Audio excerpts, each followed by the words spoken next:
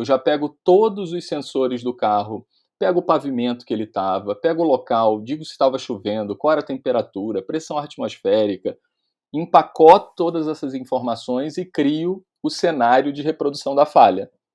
Com isso, a gente começa a acumular um conhecimento enorme sobre o processo de produção e de solução desses problemas.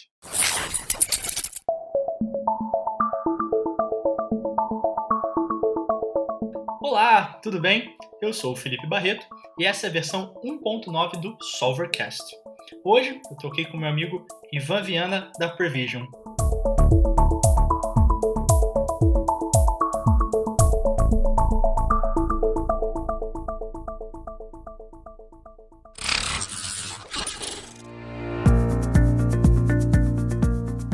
E aí, Ivan, tudo bem? Fala, Felipe, tudo ótimo com você? Tudo bem, graças a Deus. Obrigado por participar aí com a gente hoje, contar um pouquinho da Prevision. Eu que agradeço a oportunidade de estar com vocês aqui, é sempre um prazer. Ivan, para começar, você pode contar um pouquinho do que é a Prevision, como que a empresa começou e qual o desafio que vocês solucionam? Claro. Como você disse, nós somos a Prevision e a Prevision nasceu aqui na cidade de Resende, no interior do Rio de Janeiro. Resende é uma cidade, não sei quantas pessoas aqui conhecem, mas é muito reconhecida pela forte presença da indústria automotiva. Convivendo muito próximo a essa indústria, nós identificamos uma oportunidade que está no campo ali da análise dos veículos mesmo, principalmente da parte de qualidade, para evitar que os veículos saiam com algum problema, alguma falha de produção que venha ocasionar um tipo de recall ou até uma garantia. Então a Prevision ela é uma plataforma de inteligência de dados que coleta toda a telemetria do veículo, as informações que estão ali circulando nos sensores. A gente usa também a voz do condutor como uma importante fonte de informações e a gente cria o cenário de reprodução da falha, entregando para o engenheiro que está lá na fábrica uma agilidade muito grande na identificação e na tratativa dessas falhas. Ivan, quando você fala aí de falhas, porque tem várias soluções aí de telemetria para veículo que pega informação, você consegue analisar se você está dirigindo de forma prudente. Eu já vi algumas soluções nessa linha, mas vocês, pelo que eu sei, entram no nível da fábrica, enquanto estão desenvolvendo um veículo novo. Tá correto o meu entendimento? Exatamente. A Prevision ela é uma ferramenta industrial, ela nasce como uma ferramenta industrial exatamente na fase de desenvolvimento do produto, quando os projetos do veículo, quando o veículo ainda está naquela fase de projeto, de protótipo, ainda rodando principalmente a parte dos testes desse carro. Então é aí que a gente atua. E quando que a empresa foi fundada? Ela foi fundada, na verdade a ideia nasce em 2018 e a pessoa jurídica nasce em 2019, Perfeito. E vocês já participaram de algum programa de fomento, de aceleração, de pesquisa? Você pode contar um pouco desse mundo startup para em tão pouco tempo tirar a ideia do papel e trazer um produto industrial que a gente sabe que tem certas complexidades quando a gente fala de hardware, de software e várias exigências? É engraçado, Felipe, falar disso, porque nós fizemos uma coisa que era até um pouco insano, Nós estamos no interior e nós nos inscrevemos nos 2 maiores programas de aceleração de startups do Brasil na época, que era o BNDES Garage e o Inovativa. Sabe aquela coisa de você escrever seu projeto, sua startup, achando que você não vai passar, E para nossa grata satisfação, assim, passamos nos 2. Então nós rodamos os 2 programas simultaneamente. Eu digo que esse foi o nosso grande aprendizado. Eu sei que dava um trabalho danado ter que ir para o Rio várias vezes por semana, saindo de Resende muito cedo, voltando no fim do dia. Mas a gente conseguiu, nesses programas, primeiro, acesso a mentores de excelente qualidade, que nos ajudaram desde a concepção do acordo de sócios, passando por uma análise de riscos até do próprio negócio, e também na concepção do produto e de como fazer o arranjo tecnológico para possibilitar a criação da Prevision.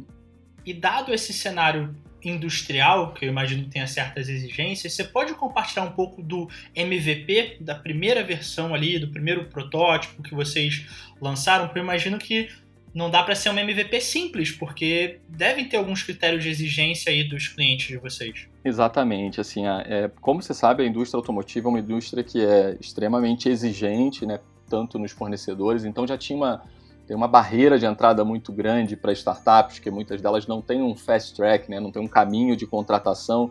Então, contratar uma startup ou contratar uma multinacional é o mesmo processo, né? Então, nós seguimos um caminho que a gente chama de prova de conceito, né? Muita gente fala que é a POC, né? Que é a prova de conceito, e que a gente ofereceu para a montadora uma demonstração para que eles provassem o conceito da nossa solução e entendessem os ganhos que aquela ferramenta poderia entregar lá na frente no desenvolvimento dos produtos. Então, isso exigiu um investimento grande de tempo e de recursos. Nós contamos com a parceria do CPQD, que é um centro de pesquisa de Campinas, na homologação e no desenvolvimento do hardware que vai conectado ao veículo.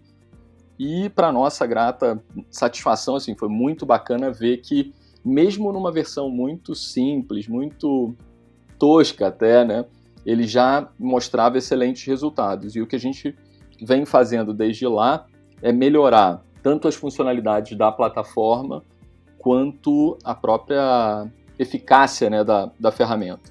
E para tangibilizar, porque como a gente já conversou, eu acabei que eu conheci muito desse mundo, né, que é o veículo de desenvolvimento, o teste, que eu não fazia ideia que tinha esses procedimentos. Você pode compartilhar um pouco, para quem não conhece aí desse mundo, como que funciona, né? Como que usam a sua solução, como que é a interação, porque a gente às vezes já viu alguns carros aí envelopados na rua, né? Um carro de teste, mas a gente não sabe exatamente como que está sendo esse teste. Então, se puder compartilhar um pouco desse mundo, ia ser legal. Claro, eu vou até fazer uma analogia com algo que eu acho que todos nós já passamos, né? Assim, todo mundo que tem carro sabe que o carro ele tem vida própria, né? E muitas vezes você está andando, ele dá um problema, quando você chega no mecânico, o que acontece?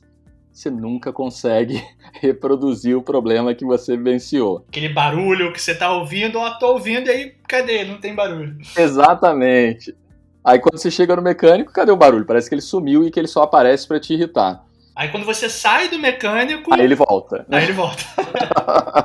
Então, eu acho que essa experiência retrata bem o que a Prevision faz. Quando a gente tem esse tipo de dificuldade, como usuário final, geralmente é difícil identificar porque eu não consigo levar para o mecânico todas as informações que ele precisa para identificar onde está o problema. A Prevision atua exatamente nesse campo da agilidade na identificação, só que lá na fábrica. Então, como você falou, muitos já devem ter passado na rua por uns carros todo envelopado, né? Esse carro é um carro de teste. E a fábrica coloca esse carro para rodar 50, 100 mil quilômetros para entender como ele se comporta num cenário real, na rua, como nós, usuários finais, clientes das montadoras, utilizando esse veículo. Nesse momento é que a fábrica precisa receber todas as informações. O que funciona bem, o que está de acordo com os padrões de exigência do cliente, o que não está tão legal, aonde tem barulho, aonde incomoda, o que não incomoda, se a direção está leve o suficiente, se ela está pesada demais. Então a Prevision atua também nesse campo da percepção. Não é só uma questão objetiva, mas a gente coleta também toda essa percepção do cliente. É sempre sobre a ótica do cliente. A gente costuma brincar que a Prevision é uma tecnologia de Human as a Sensor, ou seja, o nosso principal sensor é o humano, é a pessoa que está sentada ali dirigindo aquele carro. Então, toda vez que esse motorista que está dirigindo um carro de teste identifica algum evento importante para a engenharia, seja para a qualidade, seja para o desenvolvimento do produto, ele relata por voz. E quando ele fala, um exemplo, um barulho no porta-luva, ele não precisa mais dar nenhuma informação. Eu já pego todos os sensores do carro, pego o pavimento que ele estava, pego o local, digo se estava chovendo, qual era a temperatura, pressão atmosférica, empacoto todas essas informações e crio o cenário de reprodução da falha. Com isso, a gente começa a acumular um conhecimento enorme sobre o processo de produção e de solução desses problemas. Então imagina que se amanhã um novo problema é relatado numa outra fábrica do grupo e você vai lá na Prevision e pesquisa, você sabe não só quantas vezes aquilo ocorreu, em quais modelos e quais foram as ações que solucionaram aquele problema. Então a Prevision ela trabalha nesse campo de inteligência de dados, entregando todo o conhecimento para agilizar o desenvolvimento do produto e entregar um produto de qualidade superior ao mercado.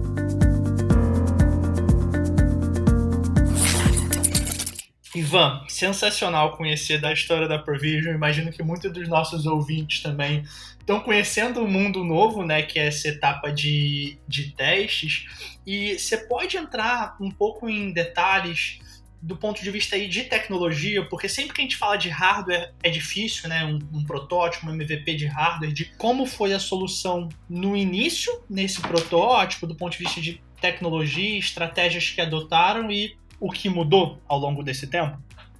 Do ponto de vista de tecnologias, a nossa ferramenta é um grande mosaico de tecnologias, né? Você é um parceiro que está com a gente desde o início, né? Então é legal ter essa parceria, uma aproximação que foi feita até pelo pessoal da própria AWS, né? Da Amazon. E a Amazon é o grande fornecedor de algumas tecnologias fundamentais para a Prevision. A primeira delas que eu destaco é a capacidade da gente transformar a voz do condutor em texto. E por que isso é importante, né? Por que eu preciso transcrever o que o motorista está dizendo? Porque essa é a forma mais ágil de coletar o dado de alguém que está conduzindo um veículo. Ele não pode parar o carro para redigir. E esse é um problema que acontecia nos testes. Grande parte dos motoristas não redigiam todos os problemas porque ele tinha que parar o carro, pegar papel, anotar aquilo tudo. Então, a primeira tecnologia que a gente usa de forma frequente na nossa solução é a conversão da voz em texto. Esse é um recurso importantíssimo porque ele nos ajuda não só a facilitar a busca dessas informações, mas também começar todo um processo de classificação dessas ocorrências, ou seja, quando eu tenho isso já transcrito, eu consigo ir identificando, isso aqui é um barulho, isso daqui é um problema funcional, e a gente já começa a colocar isso nas caixinhas para cada time de engenharia trabalhar dentro da fábrica.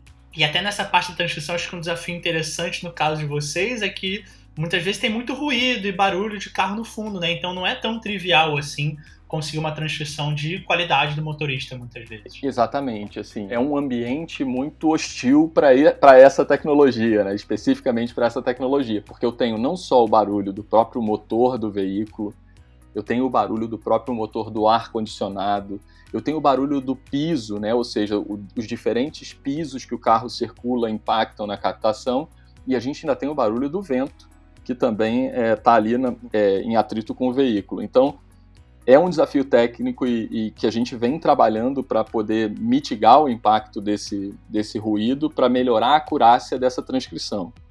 E um outro desafio que você mencionou lá no início é até a questão de acesso à informação, né? Porque, pelo que eu entendi, no carro você consegue algumas informações mais genéricas, mas sem detalhes, mas para o que vocês fazem, para o nível de detalhe que precisa da informação, vocês precisam ir um nível além. Você pode compartilhar um pouco dessa parte de hardware, de como que vocês guardam e estruturam essa informação para os usuários poderem visualizar e até fazer esse comparativo, né, de entender naquele momento do tempo em que teve essa reclamação sobre um ruído, sobre um problema funcional, qual que era esse cenário? Como que é essa análise? Como que vocês conseguem esse detalhe e como conseguem processar essa informação? Eu costumo dizer que se a gente fosse criar uma analogia entre o carro e o nosso computador, é como se a gente formatasse o nosso computador todos os dias à noite quando a gente parasse o computador na garagem. É isso que a gente faz com os nossos carros, ou seja, ele produz muito dado, só que a gente joga esse dado fora. A gente não aproveita isso para nada, nem para melhorar o produto, nem para entender o desgaste. Então esse foi o ponto de partida para a nossa análise e construção. Só que para extrair esses dados do veículo, a gente precisa de um hardware que vai estar conectado a uma porta de diagnóstico. Esse também foi um desafio, ou seja, criar um hardware que permitisse extrair essas informações na frequência necessária, ou seja, porque são frequências altas, a gente está falando de 250, 500 milissegundos, algumas variáveis chegam a dezenas de milissegundos, 10, 15 milissegundos, que precisam ser adquiridas numa frequência alta para poder entregar essa precisão, né, para a análise da engenharia. Então esse desafio, e esse foi um desafio que nós superamos junto com a equipe lá do CPQD em Campinas. Então, além da gente ter que usar toda a parte de voz, tem o desafio do hardware e tem o desafio também do armazenamento e da disponibilização dessas informações de uma forma de fácil acesso para o time de engenharia. Então tem uma série hoje de funcionalidades na plataforma que já entregam esse cenário mapeadinho, ele consegue ouvir, ver aonde, então tem toda a parte de georreferenciamento, ou seja, aonde o carro estava, tem toda uma parte de clima, então está aí também envolvido a junção de diversas fontes de dados externas, né? Perfeito. E pensando assim, né, tô tentando me imaginar quando vocês estavam concebendo a ideia, a gente está falando de inteligência artificial, a gente está falando de IoT, a gente está falando de coleta de dados, a gente está falando de várias informações e várias tecnologias que não são simples. Como que foi pensar e resolver começar isso escolhendo as tecnologias? Que eu acho que, pelo que você está falando, é uma grande vantagem de usar a tecnologia de computação em nuvem, que se não fosse algumas soluções que vocês usam, como se for uma solução para transcrição, algumas soluções de IoT já prontas, você demoraria anos mesmo, assim, com equipe, com custo alto, sem saber se o projeto ia funcionar. E usando algumas tecnologias, podendo fazer esses testes, pelo que eu entendi, viabilizou o projeto. Você pode compartilhar um pouco dessa estratégia, de vocês chegaram a pensar em desenvolver coisa própria, já foram para deixa eu usar coisas prontas para validar e depois mudar? Como que foi essa visão aí do lado de vocês? Primeiro houve uma investigação, assim, um estudo, né, uma pesquisa muito grande para entender quem seriam bons parceiros para nos ajudar a pensar. Porque esse é um ponto importante, porque a gente entendia que o processo que a gente tinha pensado era muito bacana, a gente tinha o cliente validando a solução, mas a gente não tinha o time completo que pudesse ajudar a pensar de forma plena a construção da solução. E aí foi aonde a gente começou a montar o arranjo. Eu digo que é um arranjo, inclusive coloco você e o seu time aí nesse arranjo, né, que foram determinantes, principalmente nessa parte de escolha de tecnologias, de avaliar, de olhar a performance, de capacitar o time. Então esse também é um ponto importante, né, porque tinha que ter uma transferência de conhecimento e uma apropriação desse conhecimento para o nosso time que possibilitasse acelerar esse desenvolvimento. Então eu digo que foi um desafio técnico, mas também foi um desafio de recurso humano, né, ou seja, quem eram as pessoas. E eu digo pessoas, inclusive, da área da engenharia automotiva, né? Porque a gente está falando aqui de um campo, eu não sou engenheiro automotivo, minha formação é sistema de informação, né? Então, grande parte do conhecimento do veículo veio do time, também de quem estava trabalhando no projeto com a gente dentro da montadora. Então, era primeiro uma dor, e esse é um ponto importante para toda startup, né? Encontrar uma dor que vale a pena encarar, e a gente acreditou nisso desde o início. E até para compartilhar, pelo que vocês estão fazendo, da solução, da complexidade dos clientes de vocês, hoje, qual que é o tamanho do time de vocês? Então, assim, a Prevision, na verdade, ela é uma spin-off de uma empresa que já existia de desenvolvimento de software, né, que era o Empório High-Tech, é o Empório High-Tech, ele existe ainda, é uma empresa que atende no Brasil todo também. E aí a Prevision nasce com 4 founders, entendeu? E 3 sócios em comum do Empório, e o Adolfo, que foi o sócio que veio para integrar esse time. Depois, a gente começou a ampliar. Então, hoje, a gente tem um time de 10 pessoas no total que estão trabalhando exclusivamente nesse projeto. E o que é incrível, que com 10 pessoas conseguir construir tudo isso realmente só porque está usando tecnologias de forma muito, muito estratégica.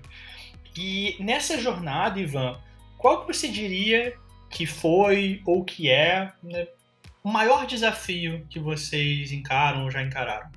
Eu acho que o maior desafio da Prevision, assim como qualquer startup de base tecnológica, principalmente, é recurso humano. A gente tem hoje uma necessidade muito grande de profissionais com conhecimento técnico muito específico, né? E é difícil encontrar porque todas as startups estão atrás, principalmente nessas tecnologias emergentes, né? E principalmente nessa área de ciência de dados e de análise de dados. Então esse é um desafio, eu acho que não só da Prevision, mas de toda startup que tem o dado o seu principal ativo, né? A informação o seu principal ativo. E como que vocês têm tratado para conseguir desenvolver a startup dado esses desafios? É através da utilização dos serviços gerenciados que você mencionou? É através da capacitação interna? Como que vocês têm atuado em relação a isso, que é de fato um desafio aí comum no mercado? Na verdade, as estratégias são algumas estratégias coordenadas para diminuir o impacto, né? Então, a gente entendeu que muita coisa poderia ser feita fora do time, então o que a gente podia fazer fora, a gente fez fora. Descentralizar, então a gente entendia que aqui na região talvez não tivesse todos os profissionais, então buscar a contratação também à distância, e esse era uma coisa que gerenciar times à distância não é trivial, e a gente teve que aprender isso para poder fazer funcionar. Aproveitar todos esses serviços em nuvem, né, que você destacou aqui também, então isso a gente não reinventar a roda, sabe, Felipe? Eu acho que a agilidade foi algo importante e permanece sendo importante para a Prevision.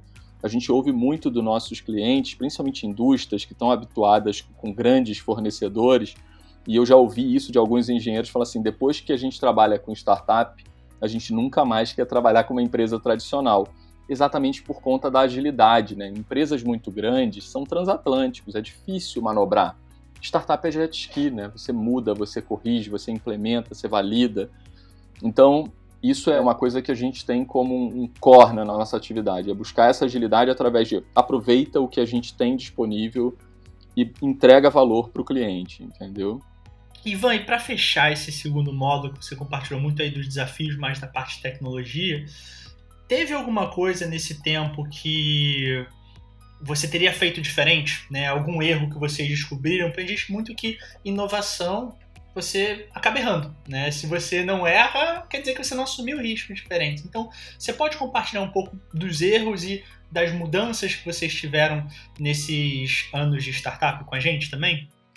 Assim, eu digo que eu não sei se eu faria diferente com o conhecimento que eu tinha à época, né? Porque, na verdade, esse é o grande desafio de pensar o passado com o conhecimento que a gente tem hoje, né? Então, assim, eu acredito que as escolhas que foram feitas, principalmente as escolhas iniciais, alguns hardwares, algumas tecnologias que foram validadas lá ou invalidadas no início da startup, eu digo que até esses erros foram importantes, tá, Felipe? Porque, na verdade, acabou ajudando a gente a ter um maior entendimento. Um desafio, que aí eu não digo que é um erro, mas é um desafio, é porque trabalhar com empresas grandes como montadoras acabam nos forçando a ter um cuidado redobrado, principalmente com o fluxo de caixa, porque o fluxo, o tempo de negociação e toda a abordagem comercial é muito longa. Então, isso é uma coisa que eu digo que a gente talvez não tenha, não é nem negligenciado, mas a gente não tenha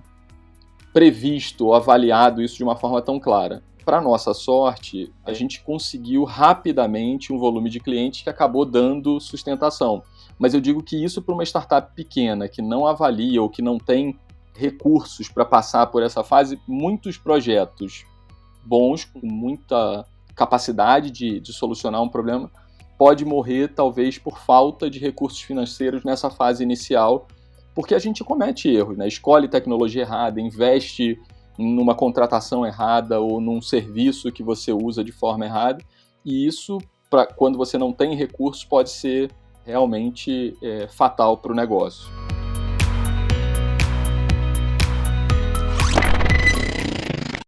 Ivan, e para a gente fechar esse episódio, eu tenho duas perguntas finais.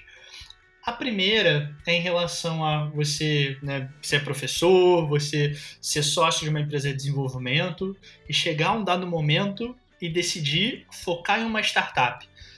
Como que foi isso? Como que foi essa decisão, essa coragem de chegar e falar, vou empreender agora focando em uma startup? Você pode compartilhar com a gente se você teve dúvida, como que foi esse momento? Eu sempre fui muito empreendedor, sabe, Felipe? Eu gosto dessa coisa de empreender, de buscar criar. Eu acho que eu não vou conseguir mudar isso nunca na vida.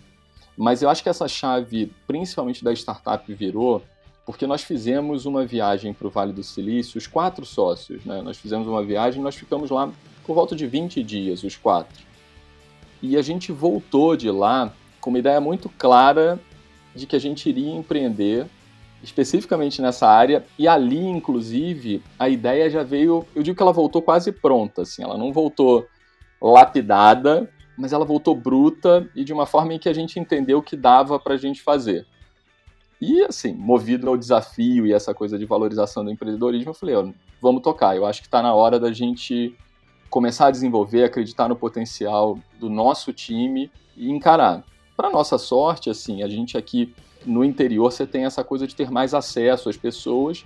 Nós apresentamos a ideia para um diretor de uma fábrica na época e ele adorou. Ele falou, nossa, vocês resolvem uma dor real da indústria automotiva. Vamos fazer a prova de conceito. E aí a gente volta lá no início para aquela pergunta que você fez. E foi isso que nos motivou, entendeu?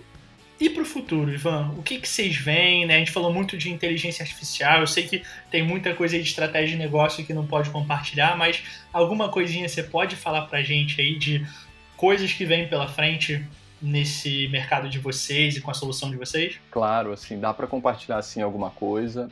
A Prevision, como eu disse, ela nasceu uma ferramenta industrial, né, para análise ali do veículo de teste.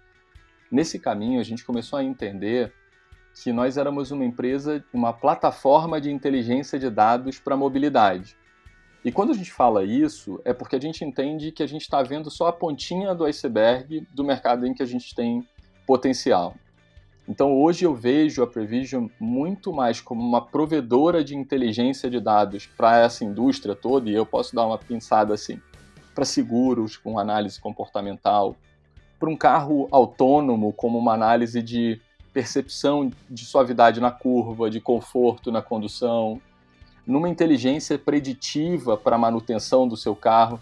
Então eu vejo a Prevision no futuro como uma tecnologia que vai poder estar embarcada de fábrica nesses carros, entregando muito mais inteligência, segurança para quem consome o carro, e a gente entende que o processo de consumo de carro está mudando, e a Prevision eu acho que é a tecnologia certa para contribuir para esse processo de geração de valor para esse novo momento da indústria automotiva.